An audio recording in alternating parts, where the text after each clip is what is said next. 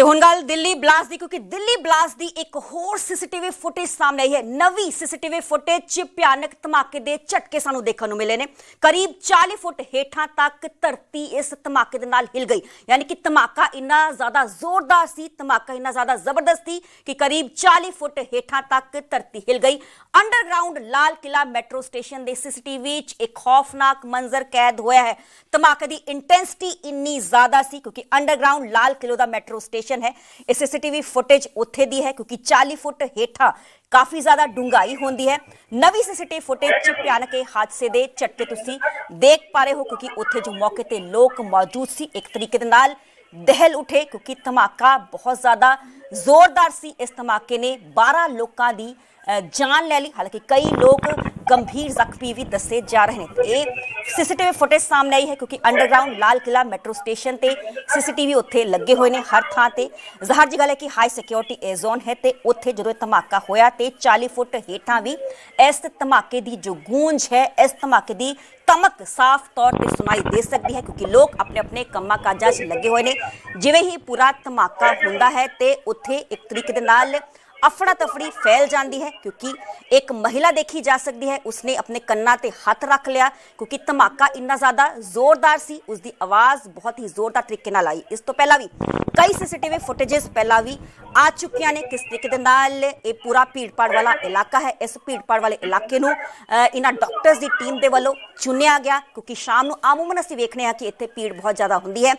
लोग अपने कम्मां कारां तो वापस घर जाते हैं मैट्रो स्टेशन के जरिए ही। तो किस तरीके दे नाल मैट्रो स्टेशन का गेट नंबर 1 सी, उसकी पार्किंग चो 1-2 मिनट बाद ही डॉक्टर उमर जिस I-20 गड्डी सवार सी उस जबरदस्त धमाका होता है। हालांकि कई लोगों की मौत हो चुकी है, जांच पड़ताल लगातार जारी है। कई सीसीटीवी फुटेजेस सामने आ चुकिया ने क्योंकि जिन्हां मृतकों की जान गई है, मौत हुई है, उन्होंने डेड बॉडीज चिथड़े तक उड़ गए। हालांकि जिन्हां लोगों ने उत्थे ये पूरे भयानक मंजर नूं देखिया उन्होंने इस गल का जिक्र किया कि जो ब्लास्ट सी बहुत ज़्यादा जोरदार सी। असी बिल्कुल ही दहल उठे सी, नेड़लियां जो बिल्डिंग्स ने उन्होंने शीशे तक टुट गए। तो किस तरीके नाल 40 फुट हेठां दी ए पूरी सीसीटीवी फुटेज है क्योंकि धरती के हेठा अंडरग्राउंड बेसमेंट ये पूरा लाल किला का मैट्रो स्टेशन बनया हुआ है। तो सीसीटीवी एक खौफनाक मंजर उस भयानक धमाके का देखने को मिल सकता है। लोग अपने कामकार लगे हुए ने, जुटे हुए ने, आ जा रहे ने। इस दौरान ही धमाका होंदा है तो धमाके तो बाद जो 40 फुट हेठां धरती भी कंबदी हुई नजर आ रही है। तो किस तरीके नाल डॉक्टर उमर की टीम के वलों इस पूरी घटना को अंजाम दिता गया। इस तो पहला बदरपुर की सीसीटीवी सामने आई सी, कनॉट प्लेस की भी सीसीटीवी सामने आई। डॉक्टर उमर अपनी गड्डी जाता हुआ विखाई दे रहा। सुनहरी मस्जिद भी नजर आया, 10 मिनट उस मस्जिद भी रुकिया। तो उस बाद मैट्रो स्टेशन की पार्किंग च लगातार वो 3.5 घंटे रहा तो उस तो बाद निकल के उसने धमाका कर दिता। मेरे नाल मेरे सहयोगी दीपक बिष्ट फोन लाइन पर मौजूद ने। दीपक, बहुत ही हैरान कर देने वाला सीसीटीवी, 40 फुट नीचे जमीन के इस धमाके की धमक सुनाई दी। बिल्कुल, जिस तरह की ग्रेविटी है और जिस तरह से ये पूरा सीसीटीवी सामने आया है, इससे ये साफ पता चल रहा है कि जिस वक्त धमाका हुआ था 10 नवंबर की शाम को 6:50 के आसपास, उस वक्त आसपास की जो चीजें थी वो हिल चुकी थी। और यहाँ पर भी आप देखेंगे 40 फीट नीचे जो मेट्रो लाइन बनती है वहां पर जिस तरह से सिक्योरिटी और सुरक्षा के तंत्र के साथ मजबूती से बनाया जाता है, वहां तक इसकी धमक दिखाई दी है। तो जो सीसीटीवी का धमाका था वो हाई इंटेंसिटी का था और काफी तेज धमाका था जिसकी वजह से वहां पर फूड शॉप पर सारे सामान हिल गया। लोग जो वहां पर थे वो डर कर इधर उधर भागने लगे थे क्योंकि अचानक लोगों को समझ में नहीं आया था। और ये सीसीटीवी उस दौरान का है और पुलिस का कहना है कि जो जो सीसीटीवी है सभी को अलग अलग तरीके से निकाल कर देखा जा रहा है कि उसमें क्या निकल कर आता है। लेकिन ये सीसीटीवी जिसमें यहाँ पर 40 फीट नीचे तक धरती हिल गई थी, इतना तेज धमाका था। दीपक, ये कुछ क्लियर हो पाया है कि किस एक्सप्लोसिव का इस्तेमाल किया गया क्योंकि इंटेंसिटी बहुत ज्यादा थी इस ब्लास्ट की?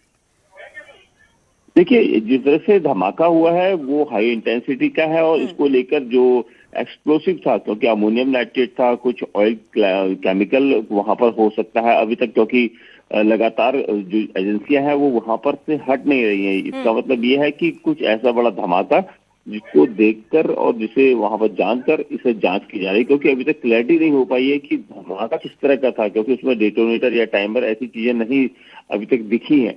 लेकिन एजेंसियां कोशिश कर रही हैं कि सारी चीजें क्लियर हो जाए, उसके बाद ही वहां से लाल किले से उस जगह को छोड़ा जाए। जी फिलहाल जी। इन्वेस्टिगेशन जारी है कि किस तरह का धमाका और किस तरह की उसकी ग्रेविटी थी।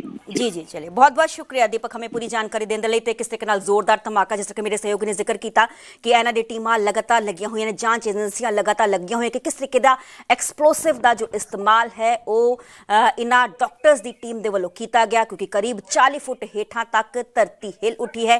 ਧਰਤੀ ਦੀ ਧਮਕ ਜੋ ਹੈ ਸਾਫ਼ ਤੌਰ ਤੇ ਇਹਨਾਂ ਸੀਸੀਟੀਵੀ ਤਸਵੀਰਾਂ 'ਚ ਸੁਣਾਈ ਦੇ ਰਹੀ ਹੈ, ਕਿਉਂਕਿ ਕਿਸ ਤਰੀਕੇ ਨਾਲ ਜੋ ਧਮਾਕਾ ਹੈ 40 ਫੁੱਟ ਉੱਪਰ ਧਰਤੀ ਤੇ ਹੋਇਆ, ਪਰ ਉਸਦੀ ਜੋ ਧਮਕ ਹੈ, ਇੰਟੈਂਸਿਟੀ ਹੈ, ਇੰਨੀ ਜ਼ਿਆਦਾ ਜ਼ਬਰਦਸਤ ਸੀ ਕਿ 40 ਫੁੱਟ ਹੇਠਾਂ ਧਰਤੀ ਦੇ ਹੇਠਲੇ ਪਾਸੇ ਵੀ ਇਸ ਧਮਾਕੇ ਨੇ ਸਭ ਨੂੰ ਹਿਲਾ ਕੇ ਰੱਖ ਦਿੱਤਾ, ਕਿਉਂਕਿ ਇੱਕ ਸ਼ਖਸ ਕੁਰਸੀ ਤੇ ਆਰਾਮ ਨਾਲ ਬੈਠਿਆ ਹੋਇਆ ਹੈ, ਇੱਕ ਫੂਡ ਸ਼ਾਪ ਨਜ਼ਰ ਆ ਰਹੀ ਹੈ। ਜਿਵੇਂ ਹੀ ਧਮਾਕਾ ਹੁੰਦਾ ਹੈ ਤੇ ਡਰ ਕੇ ਘਬਰਾ ਕੇ ਉਹ ਕੁਰਸੀ ਤੋਂ ਹੀ ਹੇਠਾਂ ਉਤਰ ਜਾਂਦਾ ਹੈ ਤੇ ਇੱਥੇ ਉੱਥੇ ਜੋ ਲੋਕ ਹੋਰ ਵੀ ਮੌਕੇ ਤੇ ਮੌਜੂਦ ਨੇ ਉਹ ਵੀ ਕਿਤਨਾ ਕਿਤੇ ਸੋਚਣ ਲੱਗ ਪੈਂਦੇ ਨੇ ਕਿ ਇਹ ਇੰਨਾ ਵੱਡਾ ਧਮਾਕਾ ਕਿਵੇਂ ਹੋਇਆ ਤੇ ਕਿਸ ਤਰੀਕੇ ਨਾਲ 40 ਫੁੱਟ ਹੇਠਾਂ ਧਰਤੀ ਇਸ ਧਮਾਕੇ ਦੇ ਨਾਲ ਗੂੰਜ ਉੱਠੀ, ਧਮਕ ਉੱਠੀ।